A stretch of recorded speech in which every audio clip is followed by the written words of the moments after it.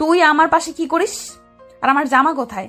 আমি তো আপনার রুমে থাকতে চাইনি, আপনি নিজেই আমাকে বাধ্য করেছেন। আর তাছাড়া আপনি আমার বউ, আমি আপনার সাথে থাকতেই পারি। আপনার উপর আমার অধিকার সবচেয়ে বেশি। এই শুয়োরের বাচ্চা, কি বললি তুই? কোনো ছোট লোক আমার স্বামী হতে পারে না। আর তোকে না বললাম আমার কাছে স্বামীর অধিকার চাইবি না? আমার সব তো নষ্ট করে দিলি। আর কি বাকি রাখছোস? আর আমি তোকে কি বাধ্য করেছি? কালকের ঘটনা ভুলে গেলেন নাকি? আপনার জন্যই সব হয়েছে। আর আমি আমার বউকে আদর করছি, অন্য কাউকে না। আমি যদি জানতাম আপনি কালকে ওইরকম কিছু একটা করবেন, তাহলে কোনোদিনও আপনার সাথে যেতাম না। জানেন কালকে আপনার সাথে কি হয়েছিল? আমি কিছু শুনতে চাই না।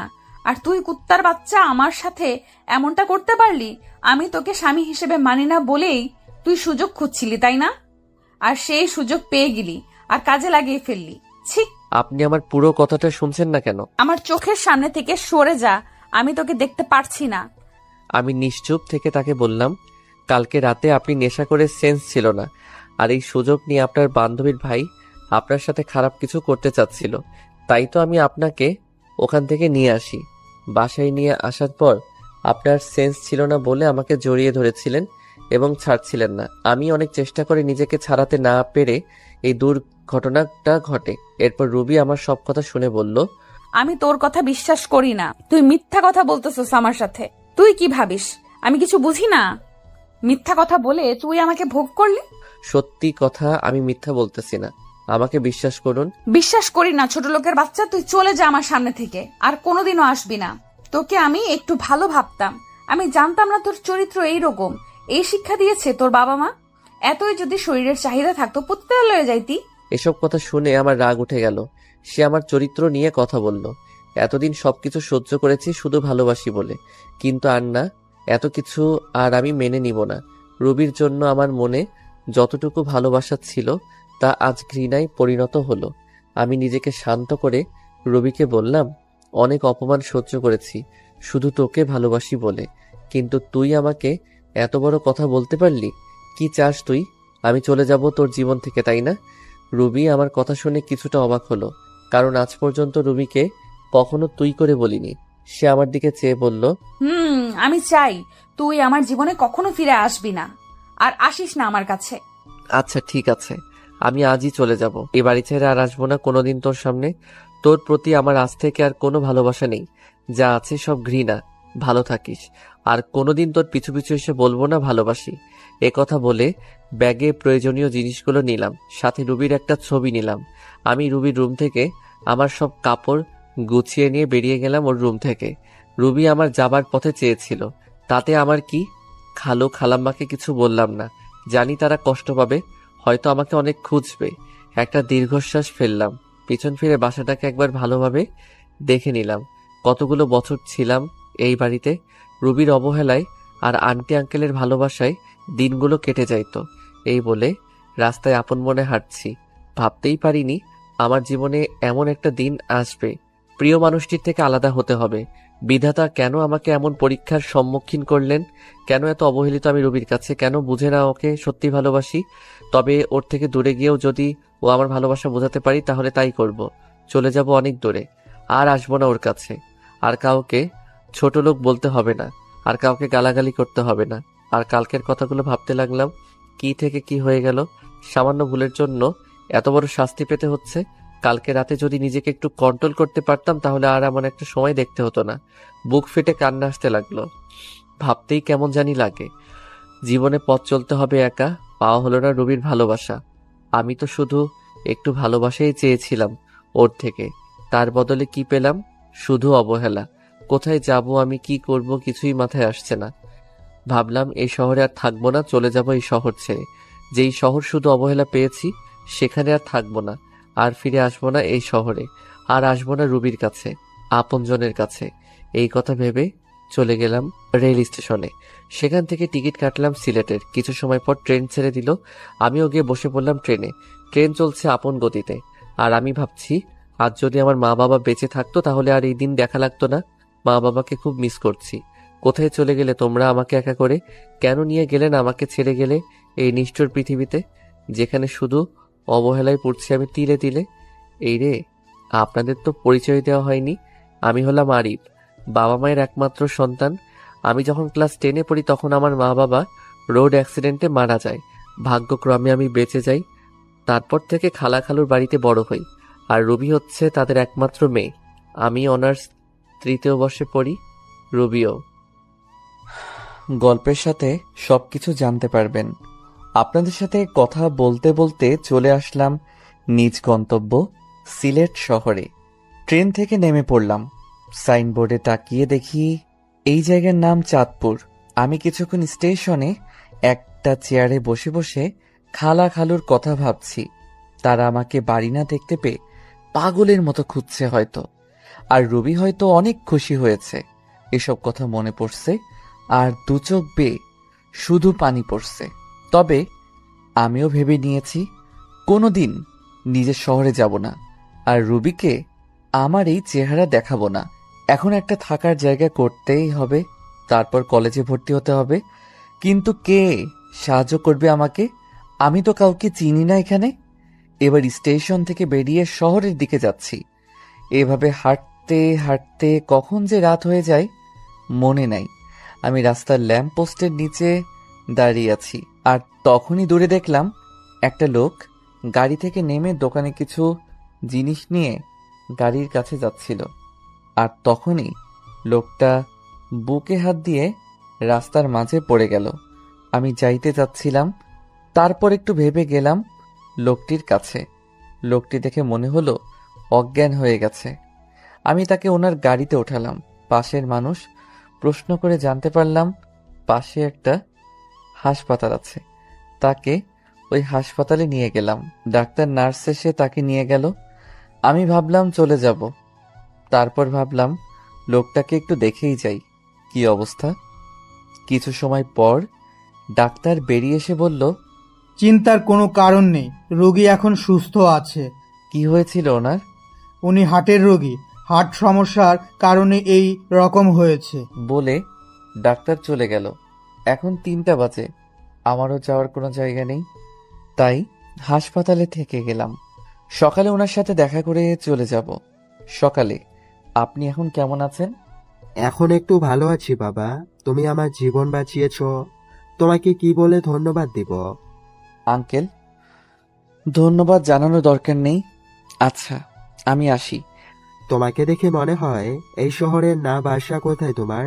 আমি ঢাকা থেকে এসেছি, এখানে কাজের খোঁজে। আঙ্কেল কিছু একটা ভেবে আমাকে বললেন, কোন ক্লাস পর্যন্ত পড়াশোনা করছো? আমি এখন অনার্স 3rd ইয়ারে পড়ি। আচ্ছা, তোমাকে আমার অফিসে কাজ দিব, করবে? আমি ওনার জীবন বাঁচিয়েছি বলে হয়তো করুণা করছে, তা বাদে এখানে থাকতে গেলে ও চাকরির দরকার, তা ভেবে হ্যাঁ করে দিলাম। আচ্ছা চলো, আজ থেকে তুমি আমার বাড়িতে থাকবে। না আঙ্কেল, তা হয় না। আমি আপনার জীবন বাঁচিয়েছি বলে একটা চাকরি দিলেন, তা অনেক। আমি ঠিক একটা ভাড়া বাড়ি ম্যানেজ করে নিব। তোমাকে বাড়ি দেখতে হবে না, আমার বাড়িতেই ভাড়া থেকো। এবার খুশি? আচ্ছা, এই বলে বিকেলে হাসপাতাল থেকে সোজা আঙ্কেলের বাসায় রওনা দিলাম। গাড়িতে বসে ভাবলাম, যাক বাবা, বাঁচা গেল। ভাগ্যের কি পরিহাস, চিনি না জানি না একটা লোক আমাকে নিয়ে যাচ্ছে তার বাসায়। অবশেষে একটা থাকার জায়গা তো পেলাম। এসব ভাবতে ভাবতে চলে আসলাম আঙ্কেলের বাসায়। বাসাটা অনেক বড়, দেখে বোঝা যাচ্ছে আঙ্কেল বড় লোক, কিন্তু আমাদের মতো না। বাসার ভিতর ঢুকে আঙ্কেল সবাইকে ডাক দিল। সবাই আঙ্কেলকে দেখছে ঠিক আছে কিনা। আঙ্কেল সকালে ফোন করে সবাইকে বলে দিয়েছিল। আন্টি আমার কাছে এসে বলল, বাবা, তোমাকে অসংখ্য ধন্যবাদ। ধন্যবাদ দেওয়ার দরকার নেই, তা বাদে আঙ্কেল আমার জন্য আজ যা করলো তা এর কাছে কিছুই নয়। আচ্ছা বাবা, ওই উপরের তালা রুমটা তো থেকো, তুমি ওইখানে থাকবে। যাও, ফ্রেশ হয়ে আসো, সবাই একসাথে খাবার খাবো। আচ্ছা। যাওয়ার পথে আঙ্কেলের মেয়ের সাথে দেখা হলো। ধন্যবাদ আমার বাবার জীবন বাঁচানোর জন্য। আরে ধন্যবাদ জানানোর প্রয়োজন নেই। আপনার নামটা কি জানতে পারি? আরিফ। আপনার নাম কি? আমার নাম রিমি, আমি অনার্স 3য় বর্ষে পড়ি। আমি অনার্স 3য় বর্ষে পড়ি। আপনার বাসায় কে কে আছে? আমি এতিম, আমার কেউ নেই। এবার মেয়েটির দিকে তাকিয়ে দেখি, মেয়েটি আমার দিকে এক দৃষ্টিতে তাকিয়ে আছে। হয়তো আমার উপরে মায়া হচ্ছে, তারপর উপরে গেলাম, ব্যাগটা বেডের উপর রেখে ফ্রেশ হতে গেলাম। ফ্রেশ হয়ে আসতে না আসতে আন্টির ডাক, খেতে ডাকছে। নিচে গিয়ে খাবার টেবিলে বসলাম, সবাই একসাথে খাচ্ছি। তখন আঙ্কেল বলল, তোমার তো এখনো পড়ালেখা শেষ হয়নি, তা পড়াশোনা ছেড়ে দিবে নাকি? না আঙ্কেল, চাকরির পাশাপাশি পড়াশোনা করব। তারপর রাতের খাবার খেয়ে রিমি আমার সাথে রুমে গেল। দুজনে মিলে রুমটা একটু গোছালাম। আসলেই রিমি মেয়েটা অনেক সুন্দর আর অনেক ভালো, তবে রিমি আমার দিকে একটু পরপর আর চোখে তাকাচ্ছে আর মিটমিট করে হাসছে। সকালে উঠে ফ্রেশ হয়ে হালকা নাস্তা করে রিমির সাথে তাদের কলেজে গেলাম। ভর্তির কাজ সব শেষ হলে 3টা ক্লাস করে বাইরে এসে দেখি রিমি আমার জন্য বাইরে দাঁড়িয়ে আছে। কেমন হলো আজকের ক্লাসগুলো? অনেক ভালো, আর কলেজটা অনেক সুন্দর, খুব ভালো লাগছে আমার। তারপর বাসায় চলে আসলাম। দুপুরে খাবার খেয়ে দিলাম একটা ঘুম থেকে উঠলাম বিকালে। তারপর রিমি আসলো আমার ঘরে। আরে রিমি, এখানে কেন? কেন আসতে পারি না বুঝি? আরে তোমার বাসা, তোমার ঘর, তুমি আসবে না তো কে আসবে? বলছিলাম কোনো দরকার ছিল নাকি, তাই বললাম। না, সেই রকম কিছু না, ভাবলাম তোমাকে নিয়ে একটু ঘুরতে যাব। আমি ভাবলাম এখানকার কিছুই তো চিনি না, তা ঘুরতে গেলে অনেক কিছু চিনা হবে, তাই হ্যাঁ বলে দিলাম। তারপর দুজনে মিলে বের হলাম ঘুরতে। রিমি নীল একটা শাড়ি পরেছে, দেখতে খুব সুন্দর লাগছে, মেয়েটার মনও ভালো। তারপর আমরা দুজন মিলে অনেক জায়গায় ঘুরলাম। কিছু খেয়ে বাসায় চলে আসলাম সন্ধ্যার দিকে। বাসায় এসে শুয়ে পড়লাম। মনে পড়লো ফোনের কথা, সেদিন বন্ধ করে রেখেছিলাম, ওইভাবে বন্ধ হয়ে আছে। ফোনটা হাতে নিয়ে ফোন থেকে সিম বের করলাম, সিমটা ভেঙে ফেললাম। তারপর আন্টি খেতে ডাকলো, খেতে গেলাম নিচে, সবাই একসাথে ডিনার করলাম। তারপর আমি চলে গেলাম আমার রুমে। আজকে তাড়াতাড়ি ঘুমাতে হবে, কালকে কলেজে যাব না, কালকে আঙ্কেলের সাথে তার অফিসে যাব কাজ বুঝে নিতে। এই ভেবে ঘুমাতে যাচ্ছি, তাও ঘুম আসছে না। মনে পড়ে যাচ্ছে রুবির কথা। সে আমাকে যতই অবহেলা অপমান করুক না কেন, হাজার হয়েও সে আমার ভালোবাসার মানুষ। মানুষ প্রথম ভালোবাসার মানুষকে কখনো ভুলতে পারে না। আমার বেলাও তার বিকল্প হয় নাই। এই কথাগুলো ভাবছি আর চোখ দিয়ে পানি গড়িয়ে পড়ছে। এভাবে থাকতে থাকতে হারিয়ে গেলাম ঘুমের দেশে। চোখ খুলে দেখি 6টা বেজে গেছে। আমি উঠে ফ্রেশ হলাম, হয়ে রিমিদের ওখানে গেলাম। আসলে রিমিরা নিচে থাকে আর আমি দোতলায় থাকি। নিচে যেতে আন্টির সাথে দেখা, বসতে বলল। বসে থাকতে থাকতে একসময় আঙ্কেলও চলে আসলো। সবাই একসাথে বসে সকালে নাস্তা সেরে ফেললাম। তা আরিফ, তুমি আজ থেকে অফিসে জয়েন করতে চাও? হ্যাঁ আঙ্কেল, আজ থেকেই যাব, আর অফিসের পাশে বসে পড়াশোনাও চালিয়ে যাব। এই বলে আঙ্কেল আর আমি বেরিয়ে পড়লাম বাসা থেকে অফিসের উদ্দেশ্যে। অফিসে গিয়ে আঙ্কেল সবাইকে ডাক দিলেন। সবাই আঙ্কেলের পাশে আসলেন। আঙ্কেল আমাকে দেখিয়ে দিয়ে বললেন, এর নাম আরিফ, এ এখন থেকে এখানে কাজ করে, আজ থেকে জয়েন্ট করলো। তারপর সবার সাথে আমি কুশল বিনিময় করলাম। এরপর আঙ্কেল ম্যানেজারকে বলে গেলেন আপনি কাজ বুঝিয়ে দিতে। ম্যানেজার সাহেব আমাকে একটা কেবিনে নিয়ে গেলেন এবং অফিসে কাজগুলো বুঝিয়ে দিয়ে চলে গেলেন। এই কাজ করতে করতে দুপুর হয়ে গেল। পিয়ন এসে বলে গেলেন আঙ্কেল নাকি ডাকছে, তাই আমি আঙ্কেলের কাছে গেলাম। স্যার আমাকে ডেকেছেন? আঙ্কেল রাগী গলায় বলল, তুমি আমাকে আঙ্কেল ডাকছো যে? এটা তো অফিস, এখানে আপনি আমার বস, তাই আঙ্কেল ডাকলে কেমন দেখায় না? তোমাকে ডাকছিলাম, আজ আর কাজ করতে হবে না, চলো বাসায় যাব, কাল থেকে এসো।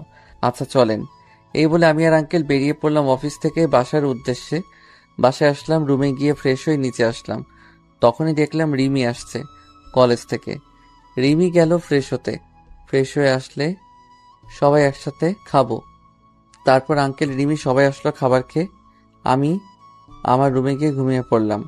বিকেলে উঠে বাইরে গেলাম, নতুন সিম কিনতে হবে, আগের সিমটা নষ্ট করে ফেলেছি যাতে কেউ যোগাযোগ করতে না পারে। তারপর একটু ঘোরাঘুরি করে বাসায় এসে রিমিদের ওখানে গিয়ে রাতের খাবার খেয়ে চলে গেলাম রুমে। কাল আবার অফিসে যেতে হবে। এভাবেই কেটে গেল অনেক দিন।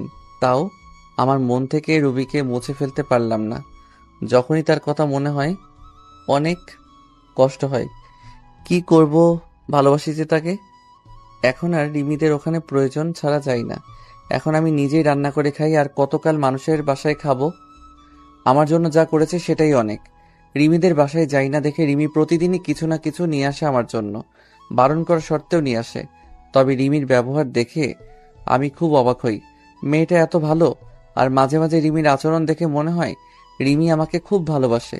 আমার কখন কি লাগবে সবসময় চোখে চোখে রাখবে, কেয়ার করবে, মিষ্টি শাসন করবে। রিমির মিষ্টি শাসন আর কেয়ারগুলো খুব ভালো লাগে, কিন্তু আমি যে তাকে ভালোবাসতে পারবো না। আমার মন যে অনেক আগে একজনকে দিয়ে ফেলেছি, দূরে আছি তো কি হয়েছে, দূর থেকেও মানুষকে ভালোবাসা যায়। একদিন আমি কলেজে এক মেয়ে বান্ধবীর সাথে কথা বলেছি আর সামনে গেটের দিকে যাচ্ছি।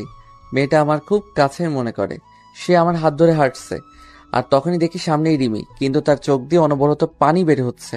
আমি আমার বন্ধুর কাছ থেকে বিদায় নিয়ে যেই রিমির কাছে যাব, রিমি আমাকে অনেক জোরে একটা থাপ্পড় মারলো। থাপ্পড় মেরে রিমি চলে গেল বাসায়, আর আমি মাথা নিচু করে দাঁড়িয়ে আছি। চোখ দিয়ে 2 ফোঁটা নোনা জল বেরিয়ে আসলো। আবার সেই পুরনো কথা মনে করিয়ে দিল। রুবি ঠিক একইভাবে আমাকে চড় মেরেছিল, আমার এক খুব কাছেরই মানুষ। খুব কষ্ট পেয়েছিলাম তখন। রিমি আমাকে থাপ্পড় মারলো, তখন 1000 গুণ কষ্ট পেয়েছিলাম। কলেজের পর আমি আর রিমিদের বাড়ি যাইনি, একটা চায়ের দোকানে বসেছিলাম। বসে থাকতে থাকতে সন্ধ্যা হয়ে আসছে। রিমি আমাকে থাপ্পড় মেরেছে, এই জন্য আমি কষ্ট পাইনি। রিমি আমাকে থাপ্পড় মেরে আমার পুরনো কথা মনে করে দিয়েছে, তাই খুব কষ্ট হচ্ছে। তাই বসে আছি আর সিগারেট খাচ্ছি। হঠাৎ করে ফোনটা বেজে উঠলো, হাতে নিয়ে দেখি রিমি ফোন করেছে, বাসায় যেতে বলছে। তাই আর বসে থাকলাম না, বাসার দিকে রওনা হলাম। কিছুক্ষণ হাঁটার পর বাড়ি চলে আসলাম। দরজার কাছে এসে দেখলাম দরজা আগে থেকে খোলা। আরে চাবি তো আমার কাছে, দরজা কে খুললো? ভিতরে গিয়ে দেখি রিমি। তাহলে রিমি খুলেছে। আসলে বাড়িওয়ালার কাছে আরেক সেট চাবি ছিল। রুমে ঢুকতে রিমি বলে উঠলো, কোথায় ছিলে তুমি? জানো আমি কত কান্না করেছি তোমার জন্য, কত চিন্তায় ছিলাম। এবার রিমি দৌড়ে এসে আমাকে জড়িয়ে ধরে জোরে জোরে কান্না করে দিল। আমি তো বেশ অবাক হলাম। রিমি, তুমি কি করছো? ছাড়ো আমায়। না, ছাড়বো না। তুমি কিচ্ছু বোঝো না, আমি তোমাকে কতটা ভালোবাসি। তোমার সাথে অন্য কাউকে দেখতেই পারি না। আমি তোমাকে অনেক অনেক ভালোবাসি। রিমি, তোমার মাথা ঠিক আছে? কি বলছো এসব? পাগল হয়ে গেলে নাকি? হ্যাঁ, আমি পাগল হয়ে গেছি, তোমার প্রেমে পাগল। আমি তোমাকে ছাড়া বাঁচবো না। আমি তোমাকে ভালোবাসি না, আর সবচেয়ে বড় কথা, আঙ্কেল আমাকে অনেক বিশ্বাস করে এখানে নিয়ে এসেছে। আমি তার বিশ্বাস কখনো নষ্ট করব না। বাবার কথা বলছো? বাবাকে আমি বুঝিয়ে বলবো। তুমি যাই করো, আমি তোমাকে ভালোবাসতে পারবো না। তুমি যদি বেশি বাড়াবাড়ি করো তাহলে আমি এই বাড়ি ছেড়ে চলে যাব। না না, তোমাকে বাড়ি ছেড়ে যেতে হবে না, আমি চলে যাচ্ছি। এই কথা বলে রিমি কাঁদতে কাঁদতে চলে গেল। যা ভয় পেয়েছিলাম তাই হলো। যারে ভালোবাসি সে আমাকে ভালোবাসে না, আর যাকে ভালোবাসি না সে আমাকে ভালোবাসে। এরপর থেকে রিমির সাথে আর দেখা হয়নি, তাদের ওখানেও যাইনি। কি বলবো রিমিকে, আমি যে তাকে ভালোবাসতে পারবো না। আমি বিবাহিত। এই ভেবে কয়েকদিন চলে গেল। একদিন আঙ্কেল তাদের বাসায় যেতে বললেন, আমিও গেলাম। আরে তুমি আমার মেয়েকে বাঁচাও। কি হয়েছে রিমির? কয়েকদিন ধরে ঘর থেকে আর বের হয় না, খাওয়া দাওয়া কিছু করে না, শুধু বলে আরিফকে এনে দাও। বাবা, তুমি আমার মেয়েকে বিয়ে করো। না আঙ্কেল, এটা হয় না। আমি রিমিকে বিয়ে করতে পারবো না। আপনি আমাকে যে উপকারটা করেছেন তা আমি জীবন দিয়ে হলেও শোধ করতে পারবো না, কিন্তু আমি জেনে শুনে আমার জীবনের সাথে আরও একটা জীবন নষ্ট করতে পারবো না। কেন বাবা, কি হয়েছে? আমাকে একটু খুলে বলো। আমি বললাম রিমিকেও ডাক দিতে। তারপর আঙ্কেল আন্টি রিমি সবাইকে উদ্দেশ্য করে বললাম, আমি বিবাহিত। আমার এই কথা শোনার জন্য মনে হয় কেউ প্রস্তুত ছিল না। সবাই একসাথে বলে উঠল, কি? তুমি যে বললে তোমার কেউ নাই, তুমি এতিম তাহলে? আসলে আমি এতিম হলেও আমার খালাখালুর বাড়িতে বড় হয়েছি এবং আমার বউ আছে। তাহলে তুমি এখানে কেন, পরিবার ছেড়ে? সে এক দুঃখের কাহিনী, শুনুন তাহলে। সবাইকে বলতে লাগলাম, আমি আরিফ। সবেমাত্র আমি এসএসসি পাশ করেছি, 4.97 পয়েন্ট পেয়েছি। আজ আমি অনেক খুশি। বাসায় থেকে বেরিয়ে রেস্টুরেন্টের উদ্দেশ্যে রওনা দিলাম, কারণ মিষ্টি তো নিতেই হবে। মিষ্টি নিয়ে বাসায় এসে সবাইকে খাওয়াইলাম। তারপর খাওয়া দাওয়া করে শুয়ে আছি, এমন সময় আমার ফোন চিল্লাচিল্লি করতেছে, মানে কেউ বা ফোন দিয়েছে। স্ক্রিনে তাকিয়ে দেখি মামুন ফোন দিয়েছে। রিসিভ করতেই, কিরে শালা, 4টা বাজতে চললো, আজ আড্ডায় আসবি না? ভুলেই গিয়েছিলাম। তোরা আয়, আমি আসছি। সবাই আসছি, তুই তাড়াতাড়ি আয়। আচ্ছা, 5 মিনিট অপেক্ষা কর। ওকে। তারপর ফোন কেটে দিয়ে আড্ডার দিকে রওনা দিলাম। আসলে মামুন, রহিম, মোকসেদ, নাজমুল, আমরা প্রাইমারি থেকে পরিচয়, আমরা ফ্রেন্ড। আড্ডায় এসে আমরা সবাই কথা বলতে লাগলাম। হঠাৎ রহিম বলতে লাগলো, সবাই শোনো, আমাদের গার্লফ্রেন্ড আছে, কিন্তু আরিফ দোষে নেই। বেচারা সারা জীবন মনে হয় একই রকম থাকবে হিজড়া হয়ে। হয়, মনে হয়। শালারা, দেখ আমি কি করি তোদের গার্লফ্রেন্ডদের। ফোন দিয়ে কি বলি? দোস্ত দোস্ত, না রে, না রে, এবারের মতো মাফ করে দে, আর হবে না। ওকে, মনে থাকে যেন। সেই সময় আম্মুর ফোন আসলো।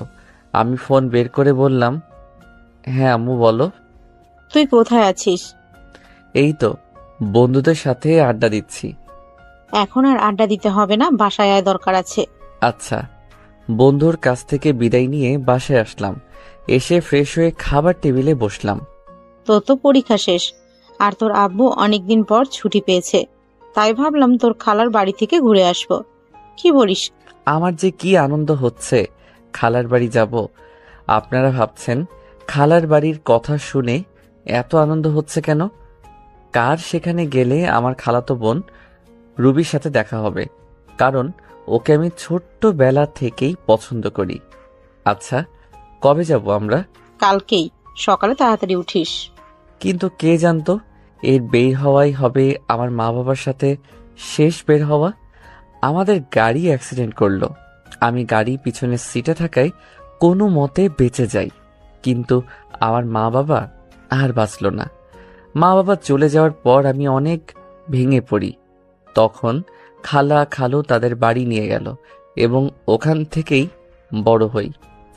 খালা আমাকে নিজের ছেলের মতোই ভালোবাসতো, কিন্তু রুবি যাকে আমি ভালোবাসি সে ছিল খুবই অহংকারী।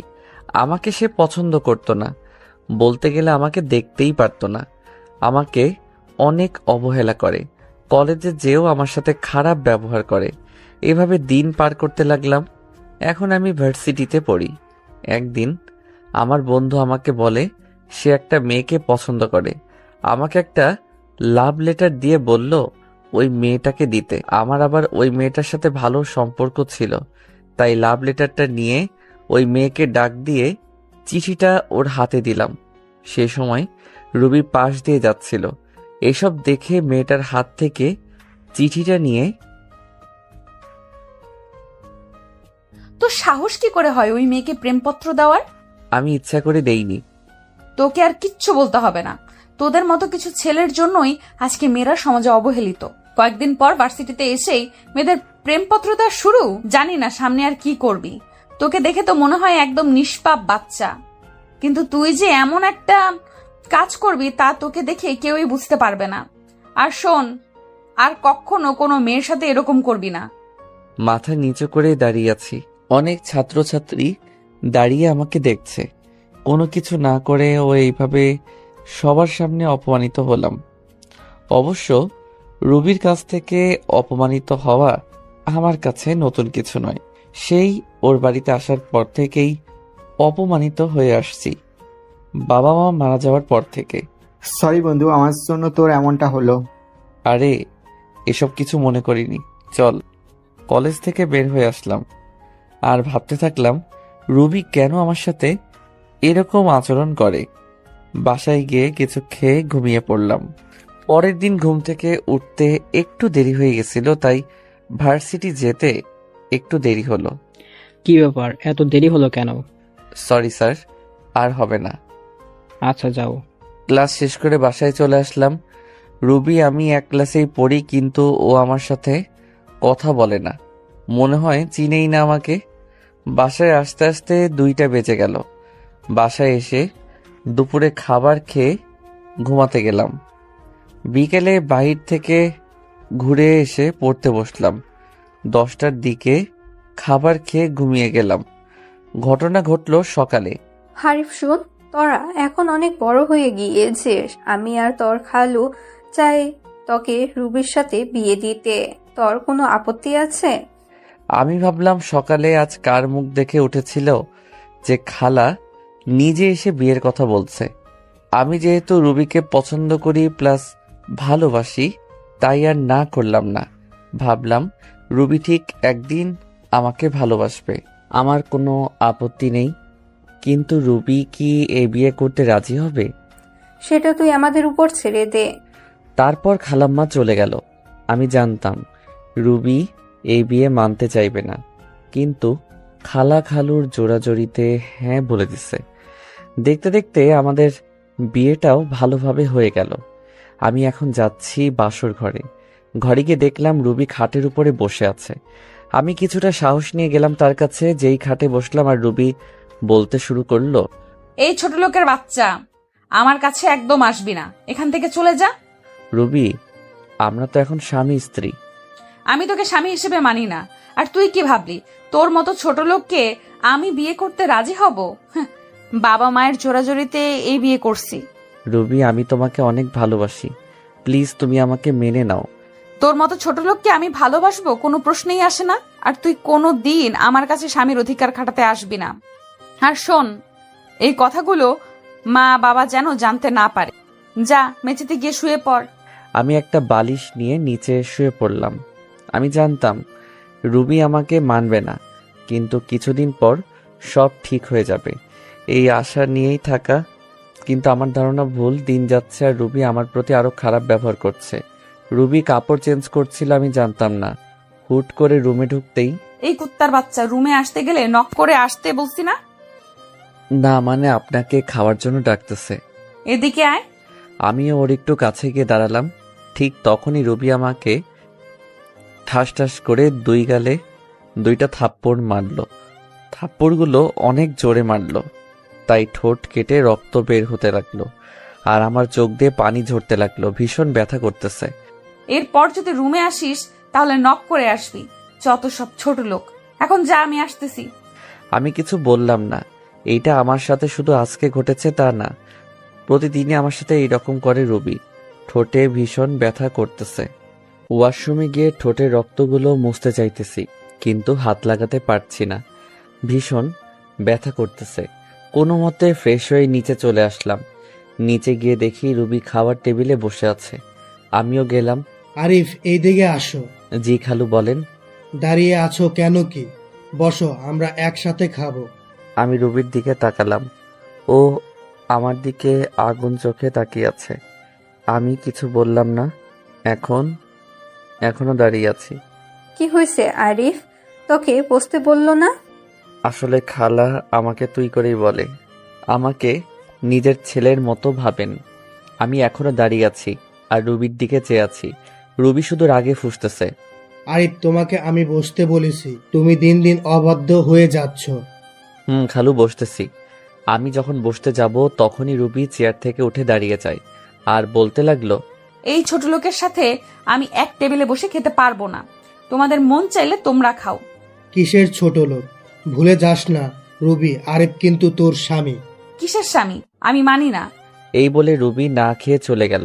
খালা খালু দুইজন আমার দিকে অসহায় দৃষ্টিতে তাকিয়ে আছে। আমি মুচকি হেসে বললাম, খালু, আমি কিছু মনে করিনি রুবির কথায়। একদিন সব ঠিক হয়ে যাবে ইনশাল্লাহ। তাই যেন হয় বাবা। হায়, তোকে আমি নিজ হাতে খাইয়ে দে। আমি আর কিছু না বলে চুপচাপ খেয়ে নিলাম। এরপর রুমে চলে আসলাম। রুমে এসে দেখি রুবি খাটে শুয়ে আছে। আমি সোফায় গিয়ে শুয়ে পড়লাম। আব্বু আম্মুর কথা খুব মনে পড়তেছে। আজকে যদি ওরা বেঁচে থাকতো তাহলে আর আমাকে এইরকম দিনগুলো দেখতে হতো না। আব্বু আম্মুর জন্য খুব খারাপ লাগতেছে, চোখে পানি চলে আসছে। তবে খালা খালু মাঝে আমি আমার মা বাবাকে দেখি, তারা আমাকে অনেক ভালোবাসে। কথাগুলো ভাবতে ভাবতে ঘুমিয়ে গেলাম। ফজর নামাজের আজান শুনে ঘুমটা ভেঙে গেল, তাই উঠে ফ্রেশ হয়ে নামাজ পড়ার জন্য মসজিদে গেলাম। চারদিকে হালকা হালকা আলো ফোটা শুরু করেছে। এরপর নামাজ পড়ে মোনাজাত করতে লাগলাম আব্বু আম্মুর জন্য। এক পর্যায়ে মনে পড়ে ছোটবেলার কথা। আব্বুকে ঘোড়া বানিয়ে তার পিঠে চওড়া, আব্বুর সাথে স্কুলে যাওয়া, কান্না চলে এসেছে। বলতে লাগলাম, কেন তোমরা আমাকে একা করে চলে গেছো? তোমাদের সাথে নিলে না কেন? কেন রেখে গেলে এই নিষ্ঠুর পৃথিবীতে, যেখানে মা বাবা ছাড়া আর কেউ আপন নয়? কেন হলো আমার সাথে এইরকম? কেন আমাকে অবহেলা করে? কেন কেন? কথাগুলো বলতে লাগলাম আর কান্না করতে লাগলাম। এরপর বাসায় চলে আসলাম। বাসায় ঢোকার সময় খালা আমাকে তাদের রুম থেকে ডাক দিলেন। রুমে গিয়ে দেখি খালা নামাজের বিছানায় বসে আছেন। আমি গিয়ে খালার পাশে বসলাম। আমার মাথায় হাত রাখলেন। রুবি, তোকে খুব কষ্ট দেয় তাই না রে? মুচকি হেসে বললাম, ও এমন কিছু না খালা, ভালোবাসার মানুষটার তাই তো কষ্ট দেয়, অন্য কেউ তো আর না। আমি সব বুঝি রে বাবা। তোর জন্যই খুব কষ্ট আমার। মেয়েটা কেন তোর সাথে এমন করে কিছুই বুঝি না। কষ্ট এখন আর হয় না খালা, কষ্টগুলো এখন সহ্য করতে শিখে গেছি। দেখিস রুবি একদিন তোকে ভালোবাসবে। হুম। আচ্ছা তুই এখন রুমে যা, আর শোন রুবিকে ডেকে তোল, আমি নাস্তা তৈরি করতেছি। আচ্ছা খালা। এরপর রুবিকে ডাক দেইনি, কারণ ওকে ডিস্টার্ব করলে আবার আমার কপালে খারাপই আছে। ভালোবাসি তাই ওকে কিছু বলতেও পারি না। রুবিকে না ডেকে আমি কলেজে যাওয়ার জন্য রেডি হয়ে নিলাম। এরপর আবার নিচে চলে গেলাম, গিয়ে দেখি রুবি নিচে নাই। খালা, রুবি কই? কেন তোকে না বললাম ও ঘুম থেকে ডেকে তুলতে? ও খালা, ভুলে গেছি। আচ্ছা গিয়ে নিয়ে আয়। এরপর আমি রুবিকে ডাকতে চলে গেলাম। এরপর ডাক দিলাম কিন্তু কোনো উত্তর দিল না। আবার ডাক দিলাম, এরপর ওপার থেকে রুবি বলল, কি হয়েছে? সকালবেলা তো চিল্লাচিল্লি করছিস কেন? আপনাকে আন্টি ডাকছে, তাড়াতাড়ি নিচে আসতে, কলেজে যেতে হবে, পরে কিন্তু দেরি হয়ে যাবে। যা তো তুই, আমি আসতেছি, আর ডিস্টার্ব করবি না আমাকে। এরপর আমি আর কিছু না বলে চলে আসলাম। নিচে গিয়ে আমি নাস্তা করে নিলাম। এরপর রুবি নিচে আসতে লাগলো। আজকে খুব সুন্দর লাগতেছে, গোলাপি রঙের একটা ড্রেসে, কানের ফুল, চুড়ি আর হালকা লিপস্টিক, আর সব মিলিয়ে জাস্ট অসাম লাগতেছে।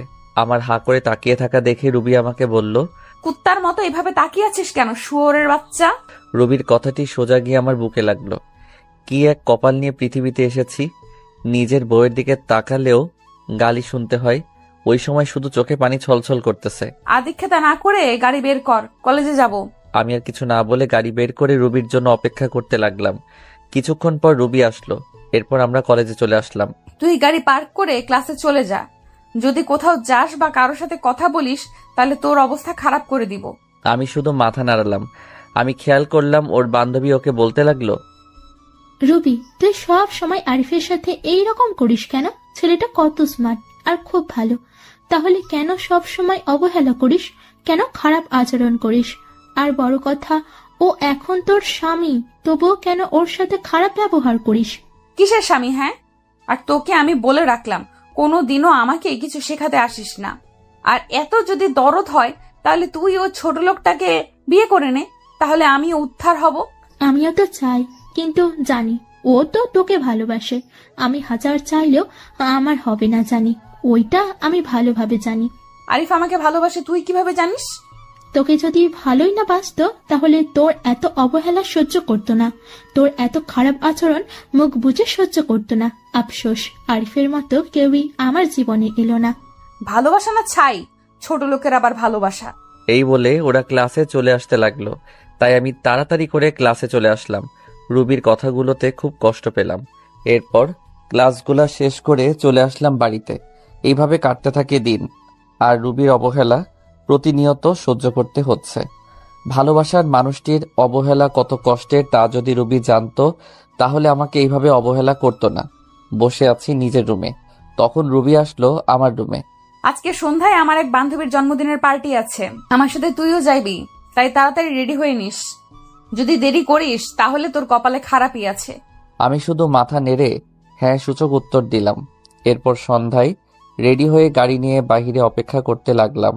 রুবি আসতেছে, আজকে ও খুব সুন্দর লাগতেছে, কিন্তু ওই সৌন্দর্য আর দেখা হলো না। নিজেকে থেকে মুখ ফিরিয়ে নিলাম, জানি আমাকে এভাবে তাকিয়ে থাকতে দেখলে আবার গালি দিবে। কি হয়েছে? গাড়ি চালাস না কেন? এই তো চালাইতেছি। আমাদেরকে কোথায় যেতে হবে? চলতে থাক, আমি বলতেছি কোথায় যেতে হবে। ভেতরে গিয়ে এক জায়গায় বসে থাকবি, ওইখানে কেউ কিন্তু জানে না তুই আমার স্বামী, আর জানতেও যাতে না পারে, বুঝতে পারলি? আমি মাথা নাড়ালাম, ভিতরে চলে গেলাম। গিয়ে রুবি ওর বান্ধবীদের সাথে কথা বলছে। আমি একটা সিটে বসে ওকে দেখছি। এক পর্যায়ে জন্মদিনের কেক কাটা হলো। জন্মদিনের পার্টি বলে কথা, সেখানে দেখলাম রুবির বান্ধবী সবাই মিলে ড্রিঙ্কস করছে। কিন্তু এ কি, রুবি তো এসব খায় না। আমি দেখলাম রুবিও ড্রিঙ্কস করছে। যাকগে, যা করার করুক, আমার কি। আমি আনমনে বসে আছি। বসে থাকতে থাকতে এক পর্যায়ে চোখ গেল রুবির দিকে। দেখছি রুবির সাথে একটা ছেলে ঢলাঢলি করছে। তা দেখে তো আমার মাথা পুরো গরম হয়ে গেল। রুবি প্রচুর ড্রিঙ্কস করায় কিছু বুঝতে পারছে না। ছেলেটা দেখছি রুবির সাথে খারাপ কিছু করার চেষ্টা করছে। তাই আর এসব না দেখতে পেয়ে চলে গেলাম ওর কাছে। গিয়ে সোজা রুবির গালে একটা থাপ্পড়। এরপর আমি গিয়ে ছেলেটিকে ইচ্ছা মতো মারতে লাগলাম। শালা, আমার বউয়ের দিকে খারাপ দৃষ্টিতে তাকাচ্ছিস?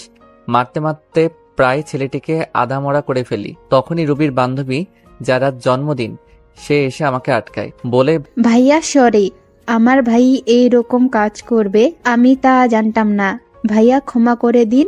এরপর ছেলেটির মুখ টিপে ধরে বলতে লাগলাম, তোর ভাগ্য ভালো, তোকে ছেড়ে দিলাম। আর শুনে রাখ, রুবি আমার, শুধুই আমার। রুবি কিছু বলছে না, হয়তো বেশি ড্রিঙ্কস করার কারণে এইরকম হয়েছে। তাই আমি রুবিকে কোলে তুলে নিয়ে নিচে চলে আসলাম, আর সবাই আমাদের দিকে তাকিয়ে আছে। এরপর গাড়ি করে রুবিকে নিয়ে আসলাম। গাড়ি থেকে রুবিকে কোলে করে নামিয়ে ওর রুমে নিয়ে আসলাম। এরপর তাকে তার খাটে শুইয়ে দিলাম। রুবি আমার গলা জড়িয়ে ধরে আছে। আমি নিজেকে ছুটাতে চাইলাম, কিন্তু পারলাম না। রুবি আমাকে টান দিয়ে ওর বুকের মাঝে ফেলে দেয়। ওর গরম নিঃশ্বাস আমি অনুভব করতে পারছি। ওর শরীর থেকে আলাদা একটা গন্ধ আসতেছে, যা আমাকে পাগল করে দিচ্ছে। রুবি আমাকে ওর বুকের মাঝে জড়িয়ে নেয়। আমি কোনো মতে নিজেকে ছাড়িয়ে উঠতে চাইলাম, কিন্তু পারলাম না। এই কি করছেন? কি ছাড়েন আমাকে? হুম, তোমাকে আজকে ছাড়তেছি না। মানে কি বলতে চান আপনি? দেখেন, আমাকে বলতে পারলাম না। রুবি আমার আর ওর ঠোঁট জোড়া এক করে নিলাম। আমি কিছু করতে পারছি না। আমার হাত পা ঠান্ডা হয়ে আসতেছে। আমি জানি রুবি এসব কিছু নেশার ঘরে করতেছে। আমার এইরকম করা ঠিক হবে না, তাই নিজেকে ছুড়াতে চাইলাম, কিন্তু পারতেছি না। রুবি আমাকে এখনো খুব জোরে জড়িয়ে ধরে আছে, আর আমার ঠোঁট চুষতেছে। আমিও ধীরে ধীরে দুর্বল হতে লাগলাম। আমিও রুবির ডাকে সাড়া দিলাম। রুবি, আমার বউয়ের উপর আমার অধিকার আছে, আর যা হবার পরে ভেবে দেখা যাবে। ধীরে ধীরে দুইজন তলিয়ে গেলাম ভালোবাসার গভীর সাগরে। সকালবেলা আমার ঘুম ভেঙে যায়। আমি এখনো রুবির বুকের মাঝে আছি, আর রুবি আমাকে জড়িয়ে রেখে। রুবির শরীরে কোনো কাপড় নেই। আমি নিজেকে ছাড়িয়ে রুবির কপালে একটা চুমু দিলাম। আমার স্পর্শে রুবির ঘুম ভেঙে যায় এবং আমাকে দেখে চমকে ওঠে। তুই এখানে কি করিস? আমার পরনের কাপড় কোথায়? এরপর তো সবকিছু আপনারা জানেন কি হলো আমার সাথে, আর না জানলে দেওয়া আছে, গিয়ে জেনে আসুন। এরপর আমার সাথে রুবি কি করলো, আমি কেন বাসা ছেড়ে চলে আসলাম, সবকিছু আঙ্কেল, আন্টি, রিমি সবাইকে বললাম। আমি তাদের দিকে তাকাতেই বুঝতে পারলাম তারা মন খারাপ করে বসে আছে। তারপর রিমি বলল, তুমি রুবিকে ডিভোর্স দিয়ে দাও, আমি তোমাকে বিয়ে করব। এ হয় না রিমি। রুবি আমাকে যতই অবহেলা করুক না কেন, আমি তাকে এখনো আগের মতোই ভালোবাসি। আমি তার জায়গা কাউকে দিতে পারবো না। তুমি এইরকম করলে আমি আর এই বাড়িতে থাকবো না, চলে যাব দূরে কোথাও। আর বলবো না, তাও তুমি চলে যেও না। আমার এইরকম পরিস্থিতি দেখে আঙ্কেল আন্টি কিছু বলতে পারলো না। তা বাদে আমি বিবাহিত। তারা জেনে শুনে তাদের মেয়েকে একটা বিবাহিত ছেলের সাথে বিয়ে দিতে চাইবে না, যার ঘর সংসার, স্ত্রী আছে। তার মেয়ে জীবন নষ্ট হয়ে যেতে দিবেন না। আমি এরপর ওদের বাসা থেকে চলে আসলাম, আর যাইনি ওদের বাসায়। এইভাবেই দেখতে দেখতে 5 বছর চলে গেল। এখন আমার পড়ালেখা শেষ। এখন আঙ্কেলের অফিসেই চাকরি করি। অনেক ভালো ভালো কোম্পানি থেকে চাকরির অফারও আসছিল, কিন্তু না করে দিয়েছি। কারণ এই শহরে প্রথম যখন আসি তখন এই আঙ্কেল এই অফিসে চাকরি দিয়েছিল। কেন জানি এক মায়া সৃষ্টি হয়ে গেছে, চাইলেও আর যেতে পারি না। তবে এই অফিসে এখন অনেক বড় পদে আমি আছি। সেদিনের পর থেকে রিমি আর কখনো ভালোবাসার কথা বলে না। আগের থেকে রিমির সাথে আমার আরো ভালো সম্পর্ক তৈরি হয়েছে, তবে সেটা বন্ধুত্বর। রিমি পড়াশোনা শেষ করায় সেও এখন আমার এই অফিসেই কাজ করে, এমডির পদে। তার বাবার পরিবর্তে সে এই অফিসের এমডি। আমরা প্রতিদিন একসাথে করেই অফিসে যাই। আজ আমি প্রতিষ্ঠিত। আমার কোনো চিন্তা, কোনো চাপ নেই, আর কোনো অবহেলা নেই, কারো অপমান। আর কেউ ডাকে না ছোট্ট লোক বলে, কারো হাতে থাপ্পড় খেতে হয় না। তবে এই কয়েক বছরে আমার কয়েকবার রুবির কথা মনে পড়ে। এমন কোনো রাত নেই যে আমার রুবির কথা মনে পড়ে নাই। তবে নিজেকে এখন মানিয়ে নিতে শিখেছি। এমনিভাবে আমার দিন যেতে লাগলো।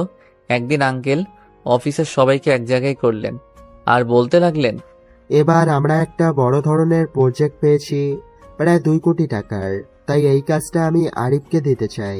আরিফ, তুমি কালকে বেরিয়ে পড়ো। প্রজেক্টের কাজটা ঢাকায়। ঢাকা কথাটা শুনে আমার মাথা ধরে গেল। আমি বলতেও পারছি না যে এই কাজটা আমি করতে পারবো না, এত বড় প্রজেক্ট যে। তাই কিছু বললাম না। বাসায় এসে শুনলাম রিমিও যাচ্ছে আমার সাথে এই প্রজেক্টের কাজে।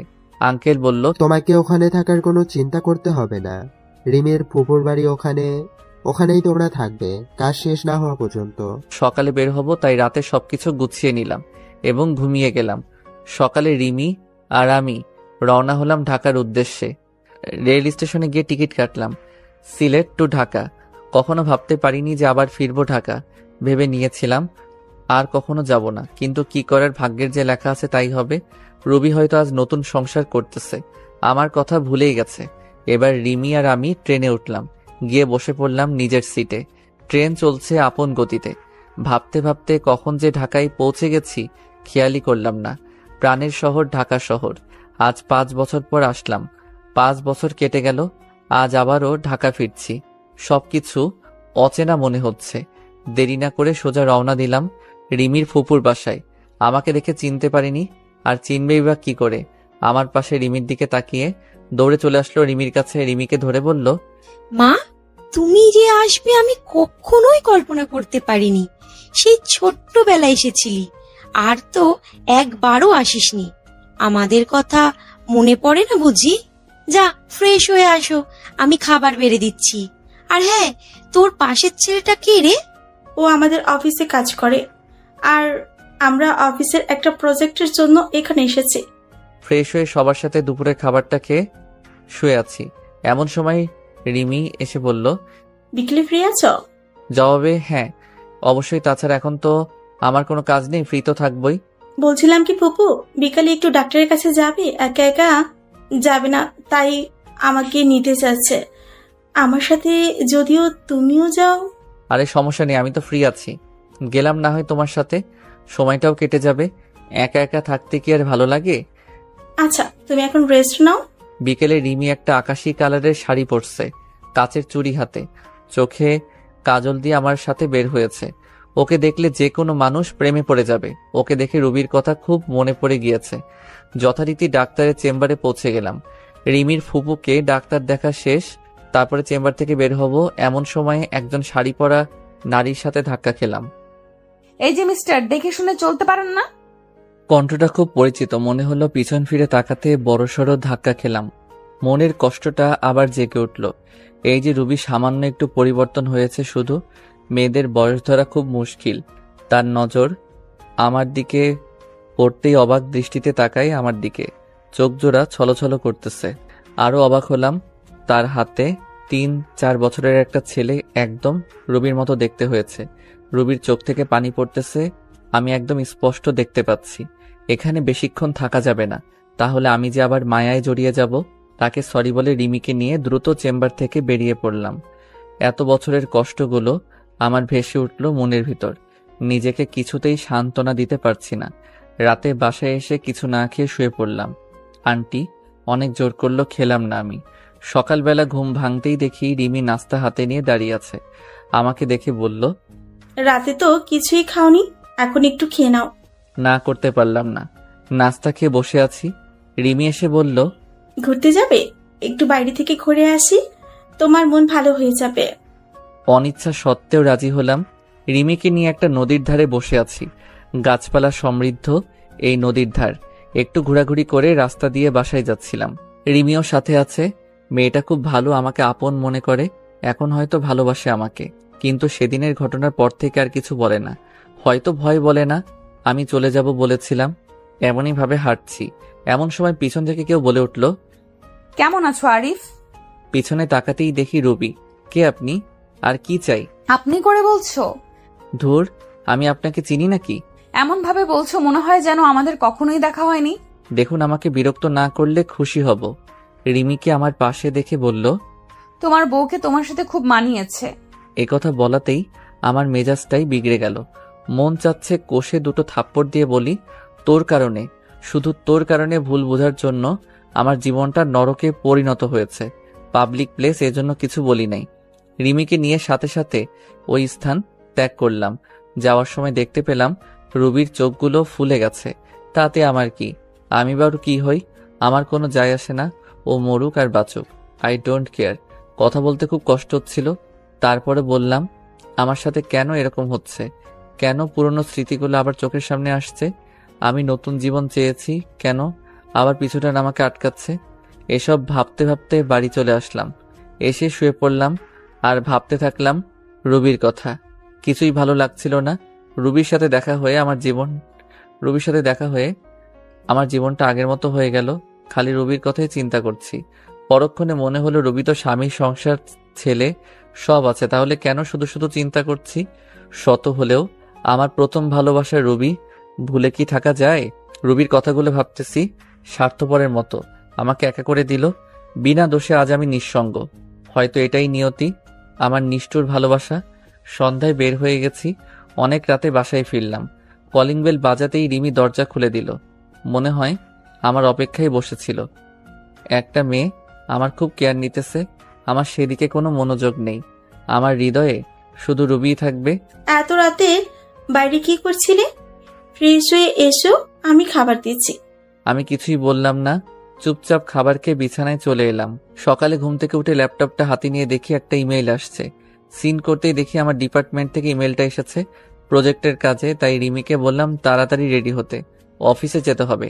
রেডি হয়ে অফিসে রওনা দিলাম দুজনে। ওখানে যে আমি পুরাই শক খেলাম। আমার অফিসের এক্সিকিউটিং অফিসার যে রুবি, সেটা দেখে তো আমার মাথা খারাপ হয়ে গেল। এর সাথেই তাহলে আমার প্রজেক্টটা কমপ্লিট করতে হবে। যেখানে বাঘের ভয় সেখানেই সন্ধ্যা হয়। তারপর সবার সাথে আমরা পরিচয় হয়ে নিলাম। তারপর গেলাম রুবির কাছে। রুবি আমাকে দেখে চোখ বড় বড় করে তাকিয়ে আছে। হয়তো ভাবছে আমি এখানে কি করতে আসব। তারপর রুবিকে বললাম আমি হলাম আরিফ, আর আমার পাশে ও হচ্ছে নীলা। আমরা সিলেট থেকে এখানে আসছি এই প্রজেক্টের কাজে। ও আচ্ছা, সেই ব্যক্তিরা তাহলে আপনারা? এরপর কিছু কথা বলে চলে আসলাম। দুপুরে কাজ শেষে আমার ডেস্কে বসে আছি। এমন সময় একটা বাচ্চা ছেলের আনাগোনা দেখলাম। আরে এই তো সেই ছেলে যাকে রুবির সাথে আমি দেখেছি। আমি ডাক দিতে আমার কাছে আসলো। তোমার নাম কি বাবা? এখানে তুমি কার কাছে এসেছো? কেন? আম্মুর সাথে। আম্মু আমাকে প্রতিদিন এখানে নিয়ে আসে। তোমার আম্মুর নাম কি? রবি আক্তার। বুকটা ধক করে উঠল। তাহলে এটা রবির সন্তান। চোখে জল এসে গেল। যদি সবকিছু ঠিক থাকতো তাহলে ছেলেটা আমার হতো।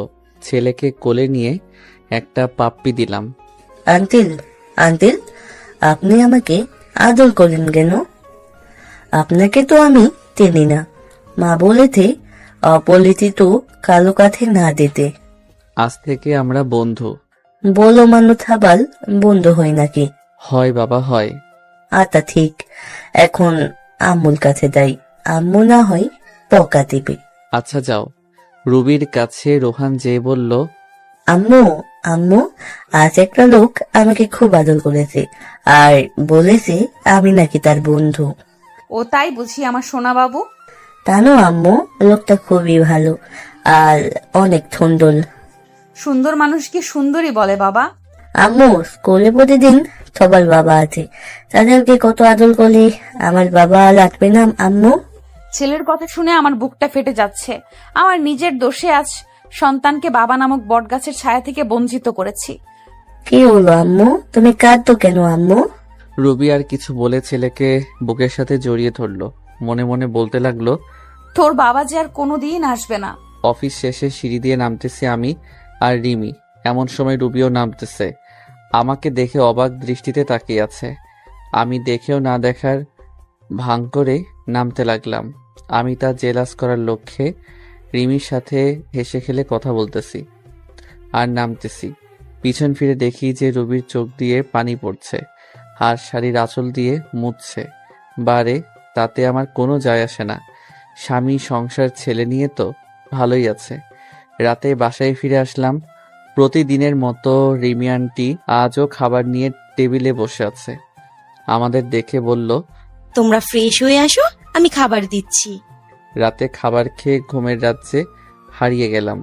সকালে ঘুম ঘুম চোখে দেখি যে কেউ একজন ডাকছে, এই উঠো, অফিস যাবেন না? আমি চোখ খুলে দেখি যে রিমি দাঁড়িয়ে আছে। একটা আকাশি কালারের শাড়ি পরছে। শাড়িটাতে অনেক সুন্দর লাগছে। ও মনে হয় অফিস যাওয়ার জন্য একেবারে রেডি হয়ে আছে। আসলে অ্যালার্ম বাজে নাই তো আজকে, তাই একটু দেরি হয়ে গেছে। ওয়াশরুম থেকে ফ্রেশ হয়ে নিচে এলাম। দেখি যে আন্টি আর রিমি খাবার টেবিলে বসে আছে। আন্টির পরিবার শুধু, আর আন্টি আর কেউ নেই। মানে আঙ্কেল অফিসের কাজে বাহিরে গেছেন, আর তার ছেলে বিদেশি অফিসে চাকরি করে, তাই বিদেশে থাকে। তাই বাসায় এখন আন্টি ছাড়া আর কেউ নেই। আমিও নাস্তার টেবিলে বসে পড়লাম।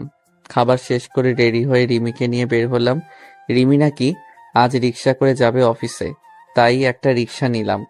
রাস্তায় দেখলাম রবি গাড়ি করে অফিসে যাইতেছে। রেড সিগন্যালে গাড়িগুলো আটকে পড়ছে। আমাদের রিক্সা নিয়ে ওর গাড়ির সাথে দাঁড়ালাম। আমার সাথে রিমিকে দেখে মুখটা মলিন হয়ে যায়।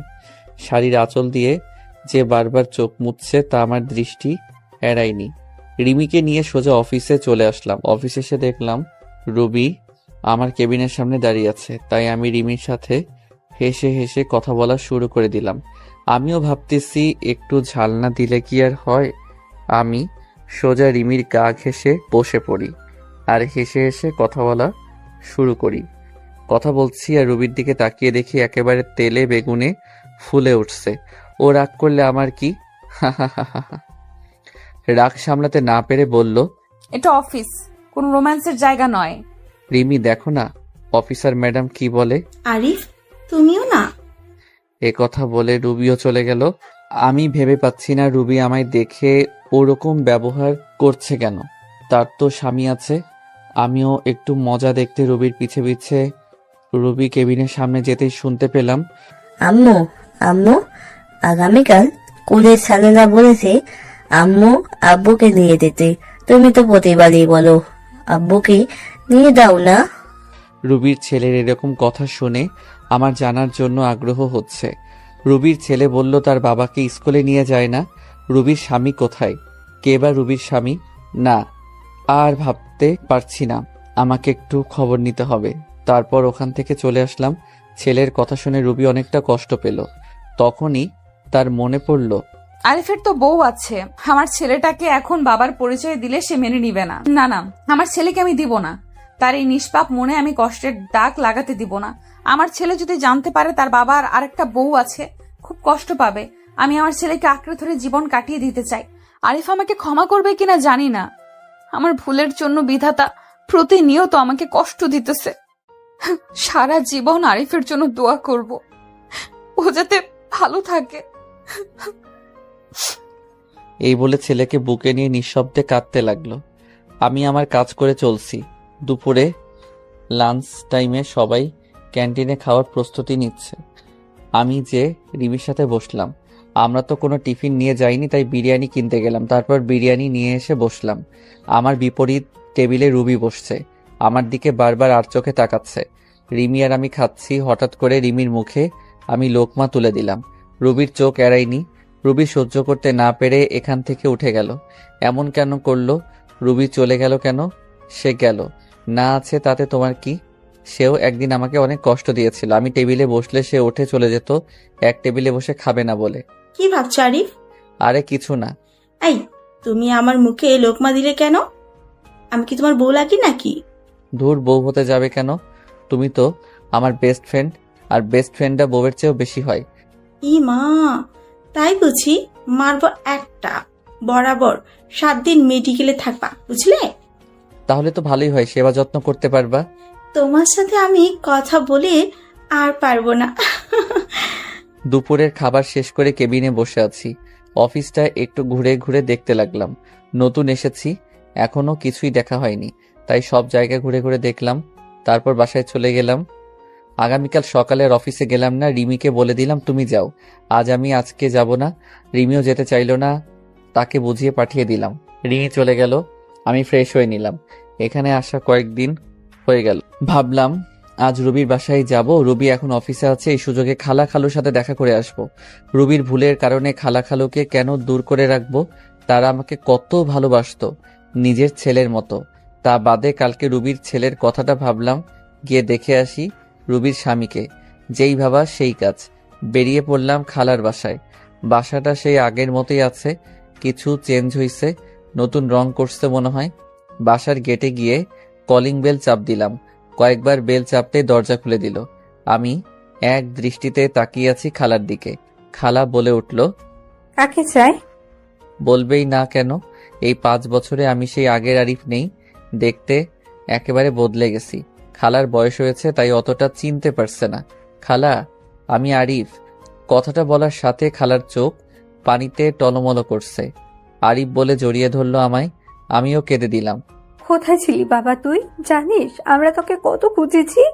তোর খালু তো একেবারে ভেঙে পড়েছিল, তাকে না পেয়ে কেন এইভাবে চলে গিয়েছিলি তুই? তোর আমাদের কথা মনে পড়েনি একবারও? কেঁদেই যাচ্ছে। মনে পড়েছিল খালা, কিন্তু কি করব বলো, তখনকার পরিস্থিতি।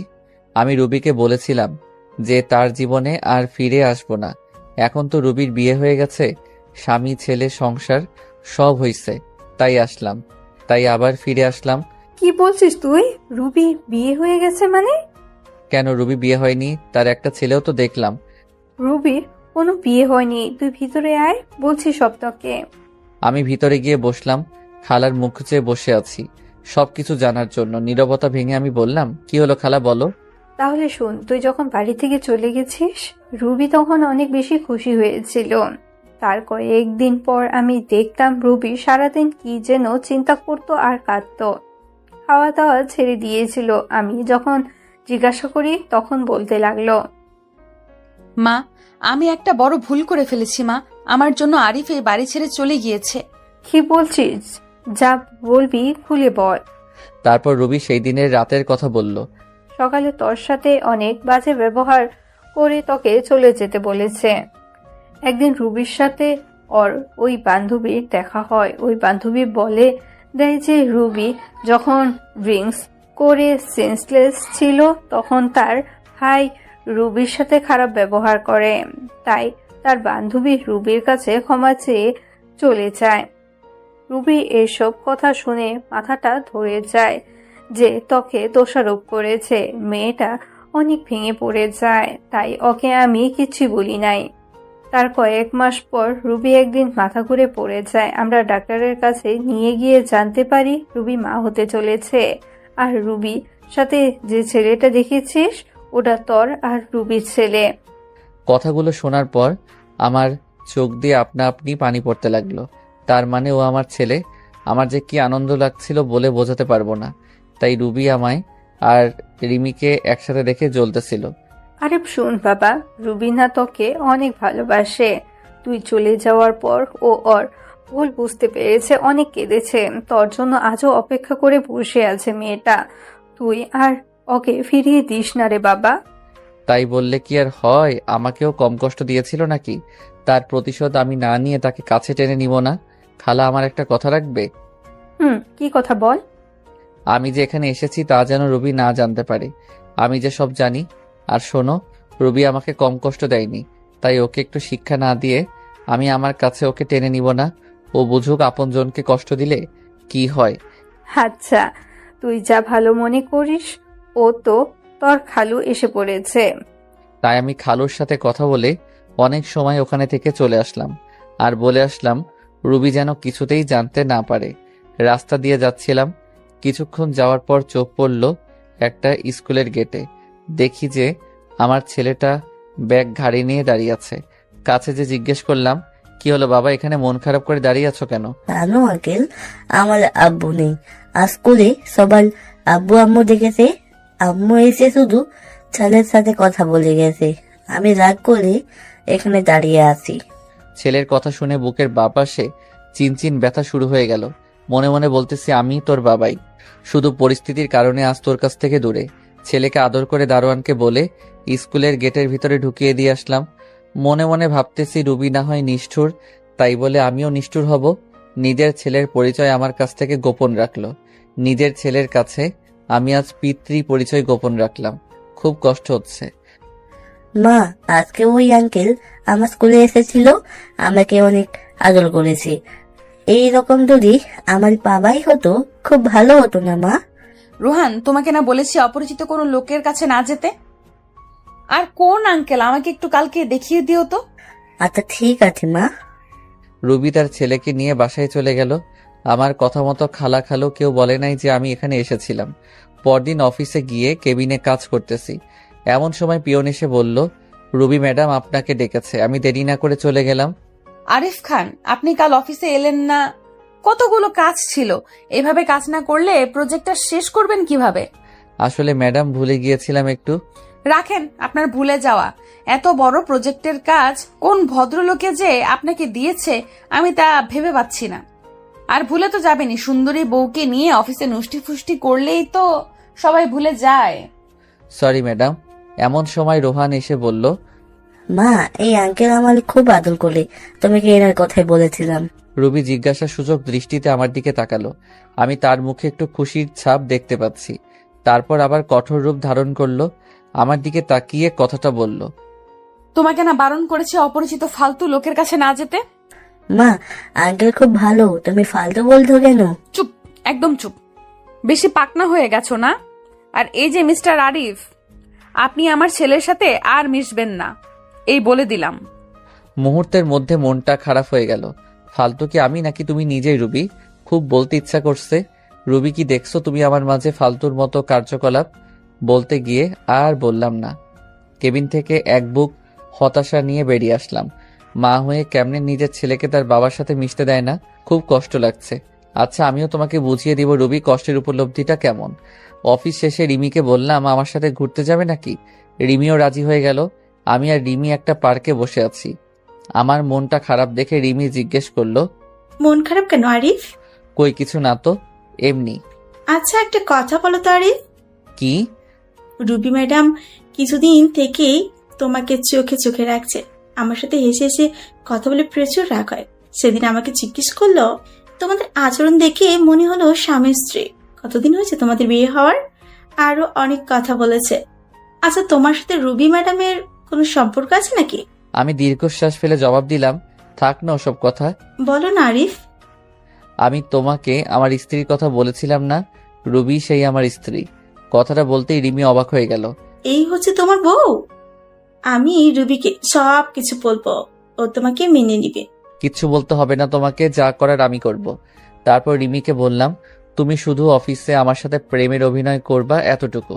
অনেকক্ষণ নীরব থেকে রিমি মাথা নেড়ে হ্যাঁ জবাব দিল। রাতে দুজনে একসাথে বাসায় ফিরে আসলাম। খাওয়া দাওয়া শেষ করে বিছানায় শুয়ে পড়লাম। কি করব কিছুই বুঝতে পারছি না। ভাবতে ভাবতে ঘুমিয়ে পড়লাম।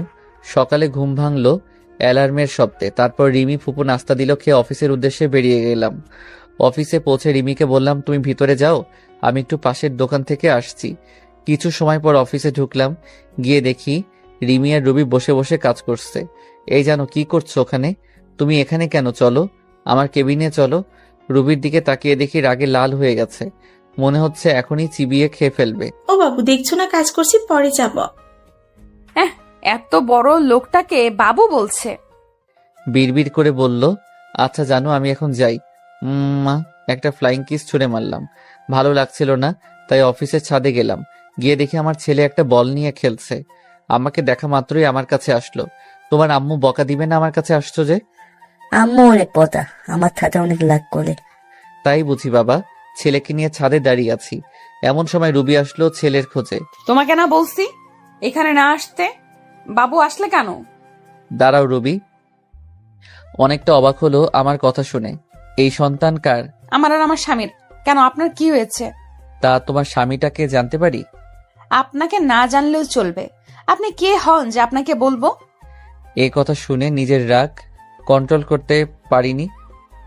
ঠাস ঠাস করে দুটো বসিয়ে দিলাম। রুবির চোখ দিয়ে পানি পড়তেছে, গাল দুটো ফুলে লাল হয়ে গেছে। এই সন্তানটা কার? সত্যি করে বলো রুবি, না হয় আমার চেয়ে কেউ খারাপ হবে না। তোমাকে বলে কি লাভ? আর কি বা হও তুমি আমার?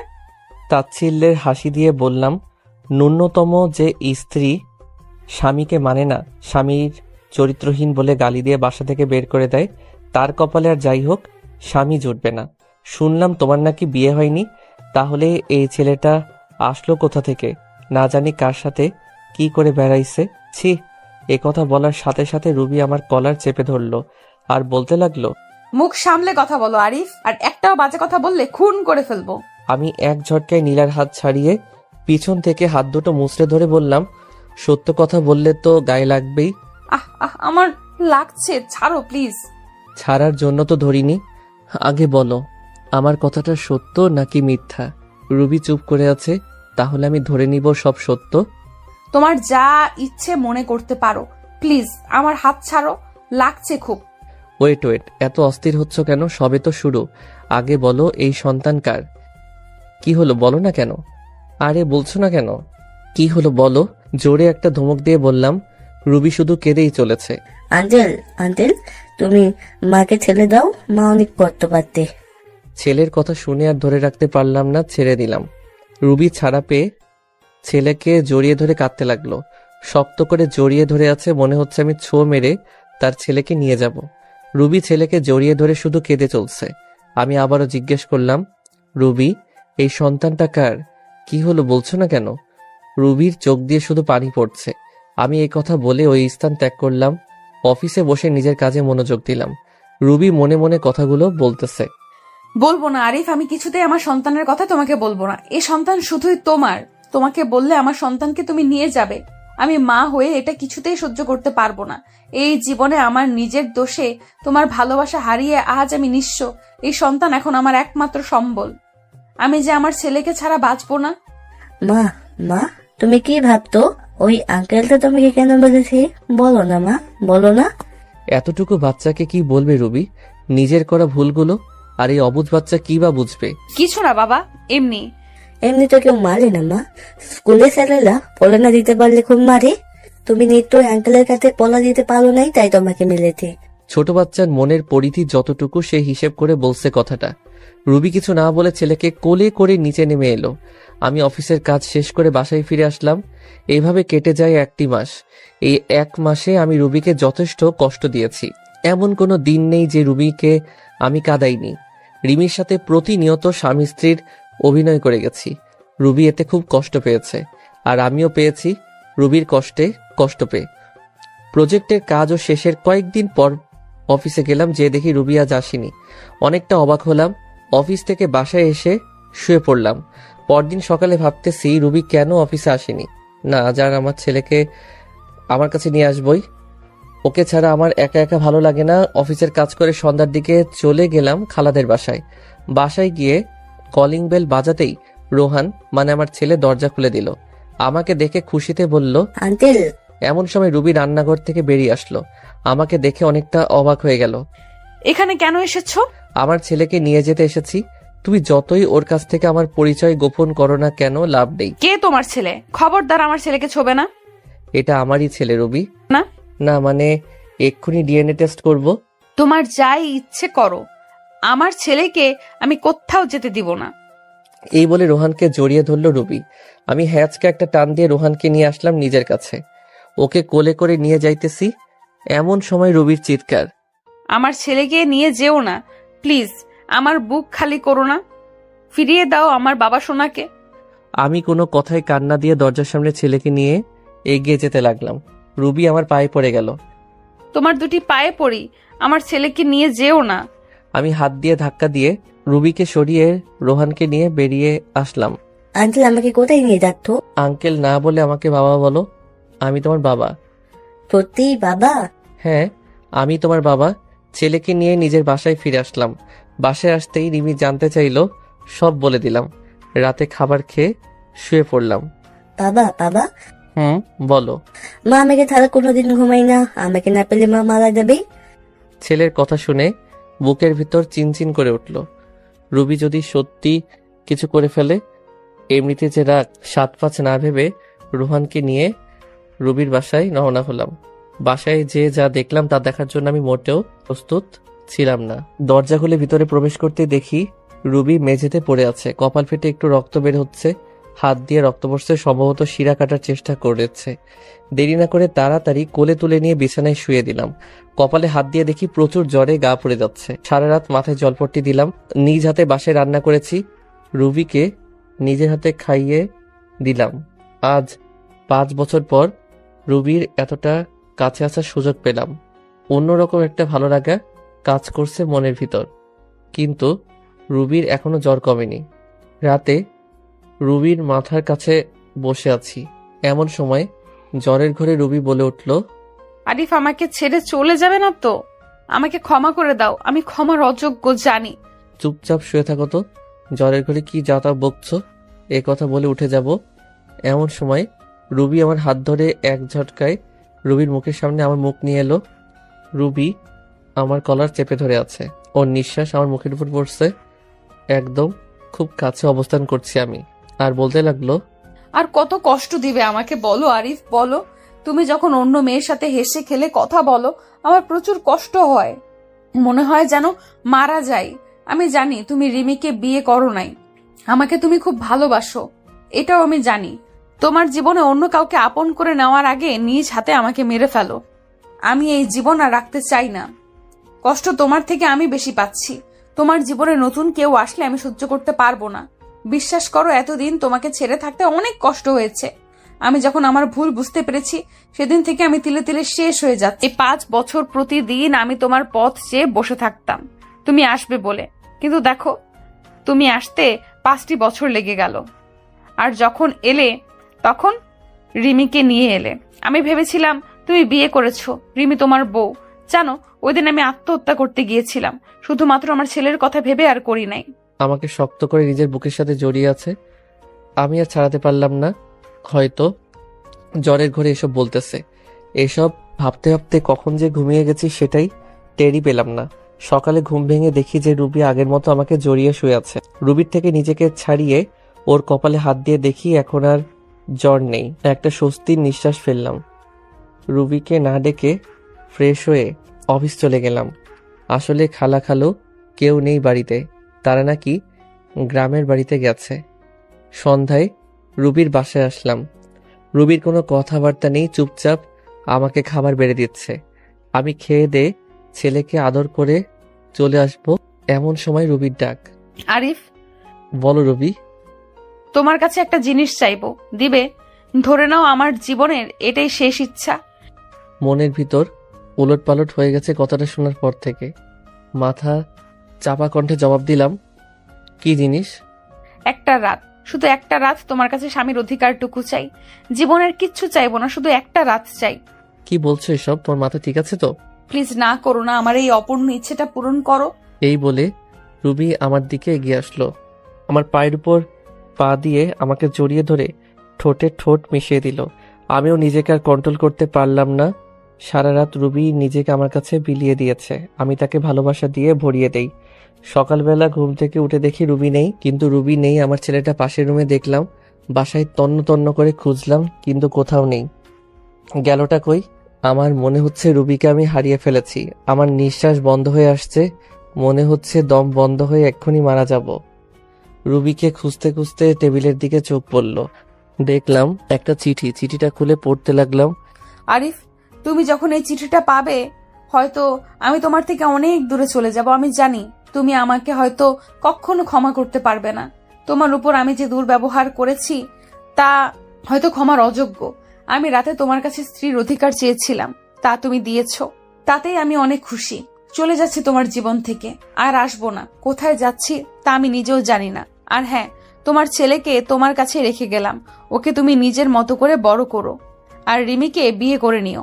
ভালো থেকো। চিঠিটা পড়ে আমার দু চোখ দিয়ে পানি পড়েই যাচ্ছে। মনে হচ্ছে আমার ভিতর থেকে কেউ কলিজা টেনে বের করে নিচ্ছে। আর দেরি না করে বেরিয়ে পড়লাম।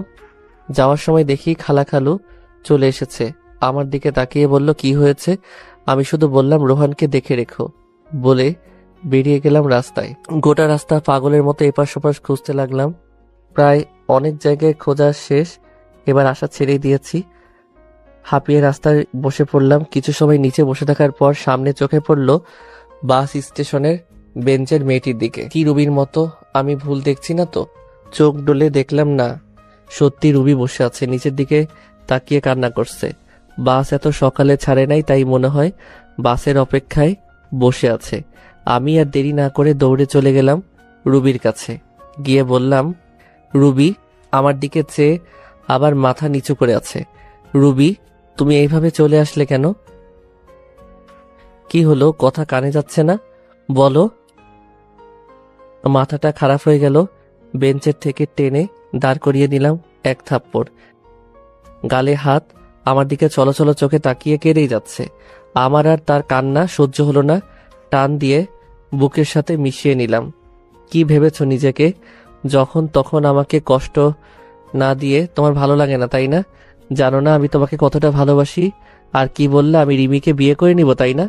যদি রিমিকে বিয়ে করতাম তাহলে 5 বছর আগেই করতাম। আমার হৃদয় শুধু তুমি আছো, যে জায়গা আমি কাউকে দিতে পারবো না। শুধুমাত্র সামান্য ভুল বোঝার কারণে আজ আমাদের এই পরিণতি, সম্পর্ক ভাঙনের পথে। কিন্তু রুবি, একবারের জন্যই কি আমাকে বিশ্বাস করতে পারোনি সেদিন, নাকি তোমার ব্যর্থতা? রুবি ফুপিয়ে ফুপিয়ে কাঁদছে। আমাকে ক্ষমা করে দাও আরিফ, তুমি ক্ষমা না করলে আল্লাহ আমার উপর নারাজ হবে। আমি নিজের স্বামীকে অনেক কষ্ট দিয়েছি। আমি চোখের জল মুছে দিয়ে বললাম, পাগলি, এতে ক্ষমা চাওয়ার কি আছে? তোমার আরিফ তোমার উপর কোনো রাগ করে নেই, তোমার উপর অসন্তুষ্ট হয়নি। কথা দাও এইভাবেই ভালোবেসে যাবে তো সারা জীবন? এইভাবেই ভালোবেসে যাব। তারপর দুজনে বাসায় চলে আসলাম। এরপর খালা খালুর সাথে কথা বলতে বলতে রাতের খাবার খেয়ে নিলাম। আজ খালা খালু অনেক খুশি আমাদের মিল হওয়া দেখে।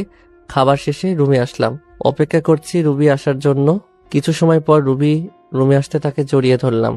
কি করছো কি? ছাড়ো বলছি।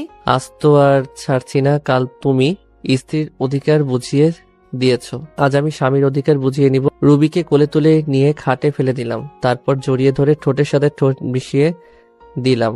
এমন সময় দরজা খোলা থাকায় আমার ছেলে ঘরে চলে আসলো। তোমরা কি করতো?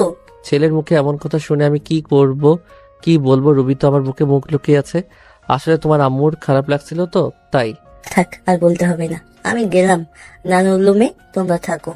যা ভাবার ভাবো, অনেকদিন পর বউকে পেয়েছি, সময় নষ্ট করলে চলবে না। তারপর রুবিকে জড়িয়ে ধরে, ধুর মিয়ারা ভাগেন, এত কিছু জানার ইচ্ছা কেন? হ্যাঁ, নিজেরা বিয়ে করলেই তো পারেন, সবকিছু জেনে যাবেন। ভালো থাকুক আমাদের এই পবিত্র বন্ধন। দোয়া করি যাতে সুখে থাকি আমরা।